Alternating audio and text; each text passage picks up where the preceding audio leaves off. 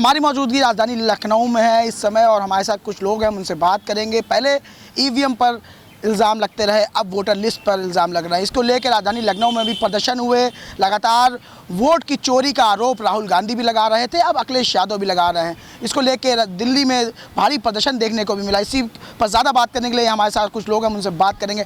Sir, कैसे देख रहे हैं, पहले ईवीएम पर, अब वोटर लिस्ट पर?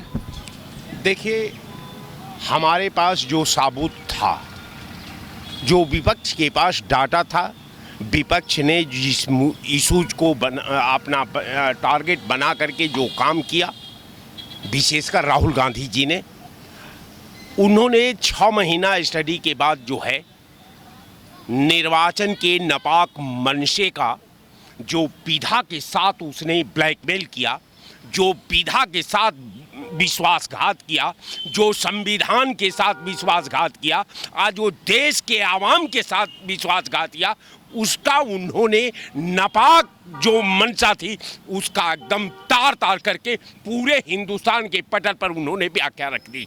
और उन्होंने कहा कि अभी मैं बार बार कह रहा हूं कि निर्वाचन आयोग कृपया हमको इलेक्ट्रॉनिक डाटा दे दे। अब देखिए साहब, वो जो है एक संविधान के संचालन का एक निरीक्षक भी है, देश की आवाज भी है, विपक्ष में नेता सदन भी है।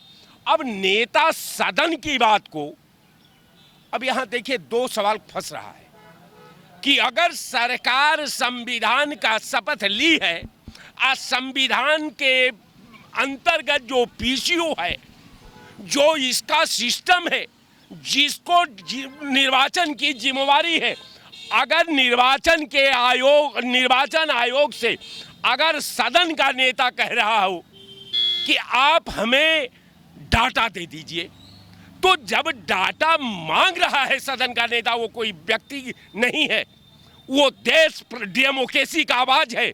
डेमोक्रेसी को किस दिशा में ले जाना है, सरकार और डेमोक्रेसी में जो विपक्ष का नेता होता है उसकी अहम आभा होती है, उसकी भूमिका होती है। लेकिन निर्वाचन आयोग क्या कहा कि साहब आपने तो शपथ पत्र नहीं दिया।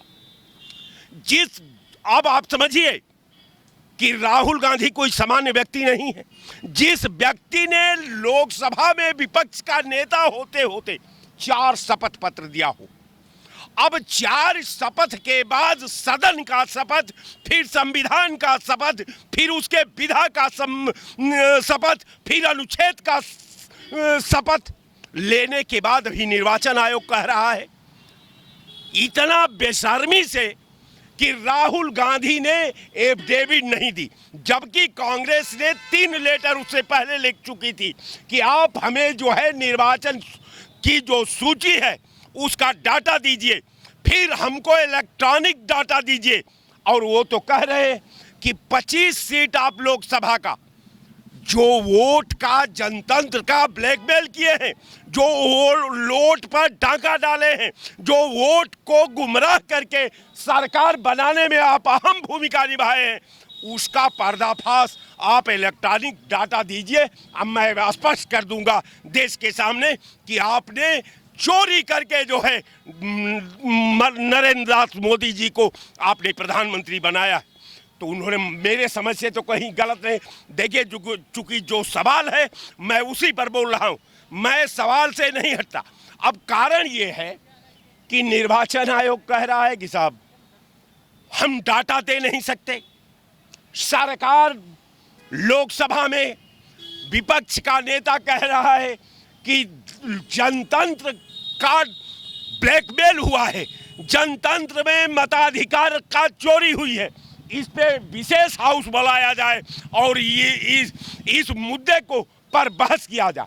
सरकार जो है गूंगी बन गई है, सरकार सुनने को तैयार नहीं, सरकार मानने को तैयार नहीं, सरकार समझने को तैयार नहीं, निर्वाचन आयोग डाटा देने को तैयार नहीं, निर्वाचन आयोग नियमावली देने को तैयार नहीं, निर्वाचन आयोग अपने कर्तव्य का पालन करने को तैयार नहीं। तब तो यहाँ सवाल उठता है साहब कि आप सरकार का धर्म, सरकार का संविधान में दायरा, सरकार की संविधान के प्रति वचनबद्धता के साथ आप खेल रहे हैं। आप ये स्मरण रखिए कि आने वाला आपसे पहले भी सरकार रही है, आपके जाने के बाद फिर सरकार होगी। तो जो आप बोल रहे हैं, जिस तरह देश को आप चला रहे हैं, जिस तरह सिस्टम को चला रहे हैं, जिस तरह संविधान को चला रहे हैं, वो वही आपके पास फल होगा। रह गया सवाल कि निर्वाचन आयोग का जब प्रकरण राहुल जी ने जब उठाया तो सुप्रीम कोर्ट ने संज्ञान लिया। आज सुप्रीम कोर्ट ने कहा कि आपको 65,000 लोगों का जो निमौली से बाहर किए हैं उसका 48 घंटा के अंदर डाटा दीजिए, जो 15 लाख को निकाले हैं उसका भी डाटा दीजिए। अब तो यहाँ साहब जिंदा आदमी को निर्वाचन आयोग मुर्दा बना रहा है। इसका प्रमाण सुप्रीम कोर्ट के पटल पर 17 आदमी, ये 15 आदमी का मांग सुप्रीम कोर्ट ने किया था।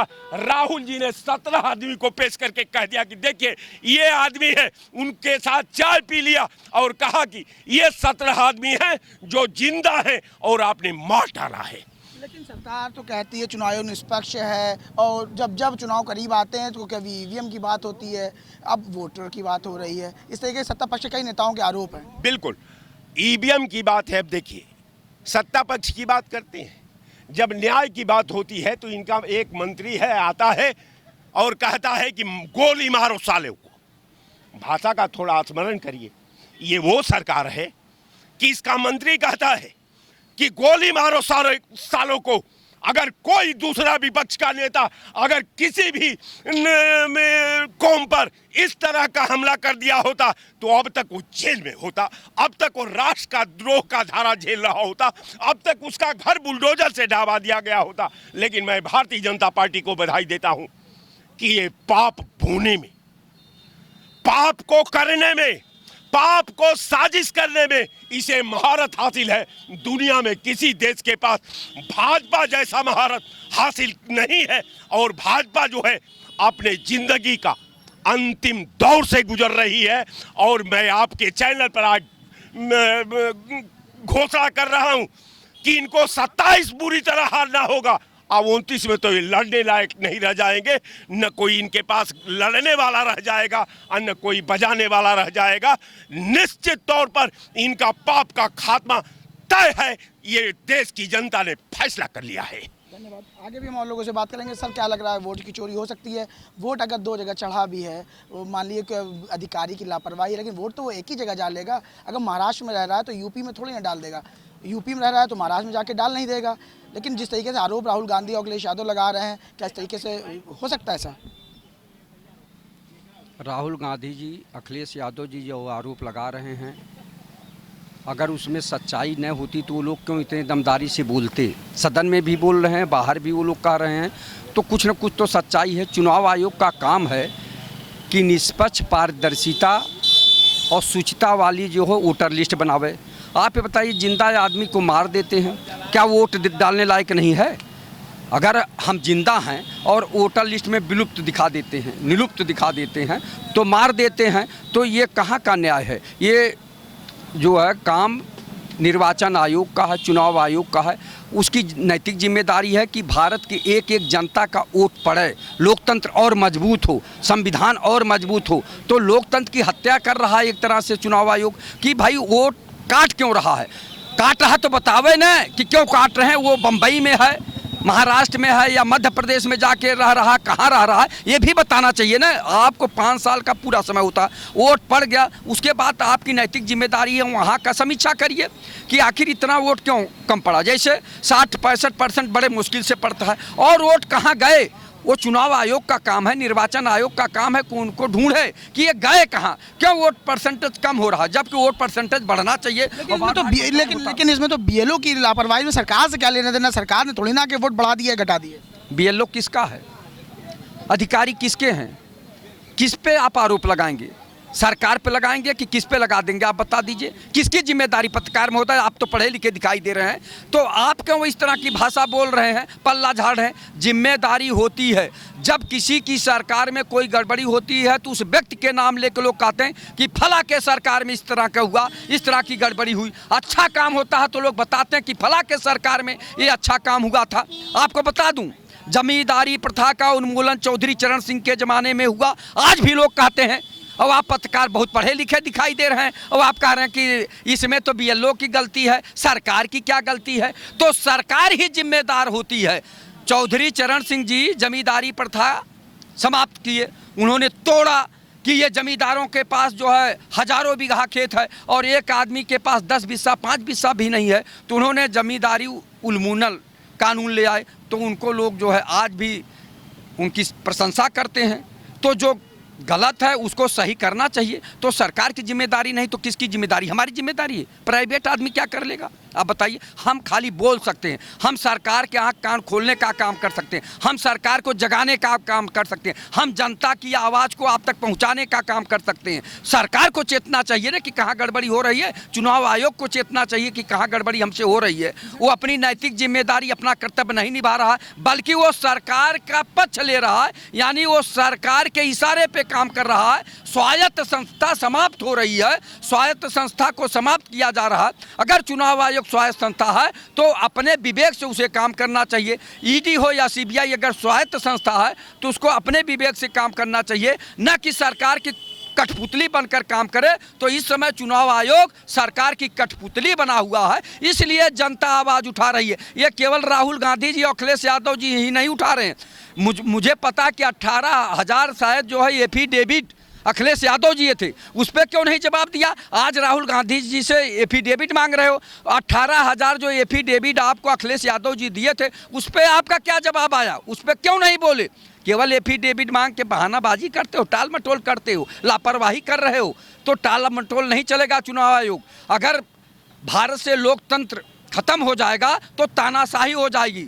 सुनिए, राजतंत्र हो जाएगा। वही आदरणीय मोदी जी चाह रहे हैं कि अब जो है राजतंत्र चले। तो हम आपसे ये जानना चाहेंगे, जिस तरीके से उपचुनाव में एक वीडियो वायरल हुई थी, एक युवक खुद बता रहा था कि मैंने 6 वोट डाले हैं, तो क्या लग रहा है कि ये ऐसा हो सकता है?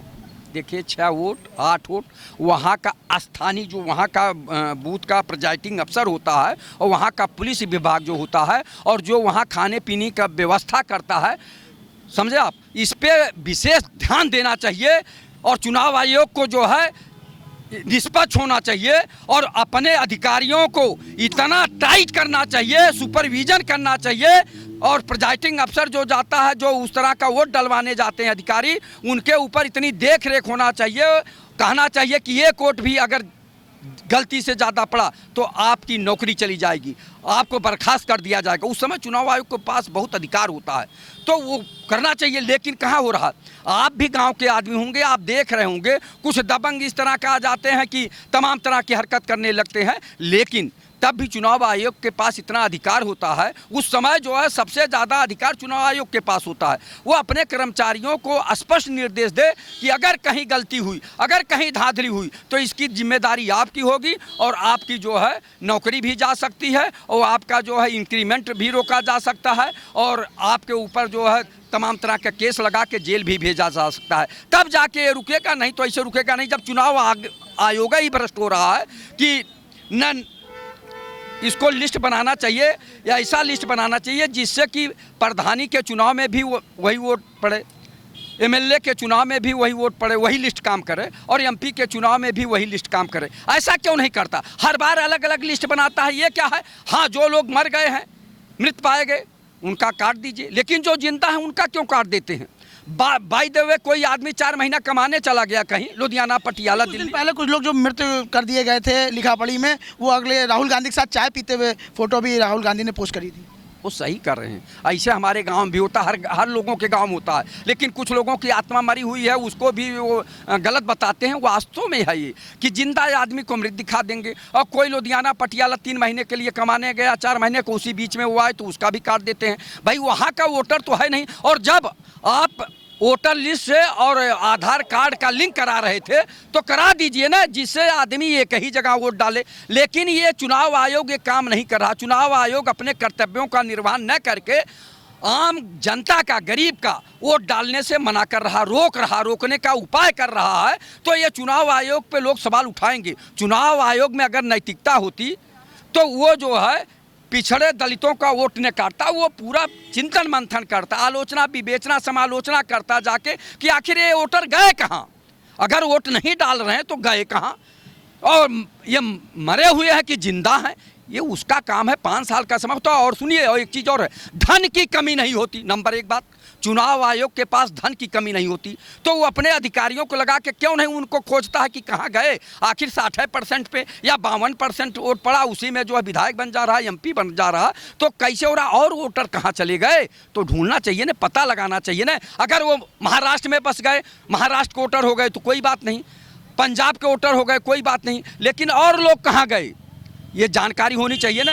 और सबसे बड़ी बात है, जनता में जागरूकता पैदा करके वोट और डलवाने की बात करती है सरकार, भी करती है, चुनाव आयोग भी करते हैं, लेकिन केवल करता है, उस पर कार्रवाई नहीं करता है कि किस तरह से वोट को और बढ़ाया जाए, इस पर ध्यान देना चाहिए। लेकिन चुनाव आयोग इस तरह का काम नहीं कर रहा, तो जनता का चुनाव आयोग से विश्वास उठता जा रहा है। चाहे सरकार जिसकी भी हो, मैं ये नहीं कहता कि एक सरकार में, किसी की भी सरकार हो, वोट ईमानदारी से पड़ना चाहिए, निष्पक्षता से होना चाहिए। चुनाव आयोग को स्वतंत्र और निष्पक्षता और पारदर्शिता से चुनाव कराना चाहिए, सरकार चाहे जिसकी बने, लेकिन वोट निष्पक्षता पड़ना चाहिए, वोटर लिस्ट निष्पक्षता से बननी चाहिए, पारदर्शिता से बननी चाहिए। तभी लोकतंत्र बचेगा, तभी संविधान बचेगा, और तभी प्रजातंत्र और मजबूत होगा, और संविधान और मजबूत होगा, कानून का राज होगा, और भारत और विकास करेगा। जय हिंद। चुनाव करीब आते हैं, वोटर की बात होती के लिए प्रदर्शन हो रहे हैं दिल्ली में। जब इन विपक्षियों को देश की जनता नकार रही है तो ये और किसी के ऊपर तो ठीकरा फोड़ेंगे नहीं। अभी हारने के बाद ये फिर कहेंगे इसमें गड़बड़ी हुई है सरकारें के ऊपर। अच्छा, तुम जनता के बीच में नहीं जान, और ये पहली बार नहीं हो रहा है, यह देश में पहले जब हर साल हर उस चुनाव आने के पहले जो 18 साल क्रॉस कर जाते हैं जो गांव के मरे, तो वहां चुनाव आयोग नहीं जाता, उसके द्वारा जो बिल हो जाता है, और गांव का प्रधान है, गांव के जो संभ्रांत व्यक्ति हर पार्टी के उनसे वो मिलता है, और वो जा कर के नाम कटवाते हैं, बढ़वाते हैं। अब ये जहाँ गड़बड़ी हुई उसके लिए अभी समय फिर बाद में देता है चुनाव आयोग, बाद में समय देता है कि 1 महीना, जब वो सारी लिस्ट तैयार होती कि 1 महीने का समय, अगर किसी का वोट कट गया है, किसी का बढ़ गया है, वो आ करके अपनी वो दे सकता है। अगर इतने लोगों को हुआ तो रोड पे क्यों नहीं लोग उतरे? रोड पे आना चाहिए। तुम शपथ पत्र तुम दे रहे हो इकट्ठा, हम सबके दस्तखत करके हम दे दें, रोड पे क्यों नहीं आ रहे हैं? जिनका वोट कटा उनको जिम्मेदारी नहीं है, वो देश के लोग नहीं हैं, ये सिर्फ सिगुपा है इन विपक्षियों का। ये हार की हताशा है, इनको देश की जनता इनके कारनामों से, इसीलिए प्रदेश की जनता इनको नकार रही है, और ये टीकरा सरकार के ऊपर पोर रहे हैं। अरे तुम्हारी भी कुछ जिम्मेदारी है, तुम भ्रष्टाचार, सरकार के ऊपर भ्रष्टाचार में तुम खुद लिप्त हो। तुम जाकर के काम कराने के लिए 5,000 रुपया लेखपाल को तुरंत तुम दे रहे हो। अरे मारो पाओ वहाँ का क्यों नहीं कर सकते हो? तुम अपने हक के लिए लड़ नहीं सकते हो? तुम्हारे गांव में प्राइमरी का स्कूल तुम्हारे टैक्स से पैसे से अध्यापक वो पाता है, और उस पर तुम बोलना नहीं चाहते हो। हर चीज़ सरकारी योजनाएं ला सकती, सरकार व्यवस्थाएं कर सकती, उसकी देख रेख उस गांव सभा प्रधान इसीलिए चुने जाते। काहे के लिए चुनते हो? प्रधान होता है, प्रधान के साथ साथ विपक्षी भी होता है, जो सेकंड पोजीशन पे आया होगा 2-3-4 लोग, तो सब लोग जा कर के वो करते हैं। ऐसा कुछ नहीं। विपक्ष कहीं दबाव तो नहीं बना रहा इस तरीके से प्रदर्शन करके दबाव बन जाए, चुनाव आयोग थोड़ा उनके मैनेजमेंट में आज कुछ ऐसा तो नहीं है? नहीं, विपक्ष ये चाह रहा है कि या तो सेवा दल के कार्यकर्ता पदाधिकारियों को चुनाव आयोग बना दिया जाए, या युवजन सभा के किसी प्रदेश अध्यक्ष को या महामंत्री को चुनाव आयोग बना दिया जाए, तब ये पारदर्शिता पाएंगे। ये हारेंगे तो ये चुनाव आयोग पे, EVM पे, सरकार पे, अधिकारियों पे अंगुली उठाएंगे। ये जीत जाएंगे तो सब सही है। 3 लोगों की करनी कथनी में अंतर है, जिसका जवाब इस प्रदेश की, देश की जनता दे रही है। तुम जनता को झूठा बता रहे हो। अरे रोड पे उतारो उस जनता को, जिसका वोट कटेगा उसको लाकर तुम कलेक्टर को क्यों नहीं घेराव करते हो? SDM का अभी कुछ दिन पहले लखनऊ से एक वोटर का नाम सामने लाया गया था, कांग्रेस के नेता ने नाम लाया था, लेकिन नाम तो कांग्रेस नेता ने लाया, वोटर का कहीं कोई पता ही नहीं ना, उसने कुछ बोला अच्छा या बुरा या सत्ता पक्ष के लिए या सत्ता विपक्ष के लिए। अभी एक और चल रहा था, अब मीडिया में देख रहा था, एक बता रहे थे 60 लोग एक घर में, 60 लोग 80 लोग किस तरह एक घर में हो गए। ये हमारे नाथ संप्रदाय में या साधुओं में वो एक मठ था, मठ के जो वहाँ साधु थे जो मठ में आ गए वो अपने गुरु को ही पिता मान लिया।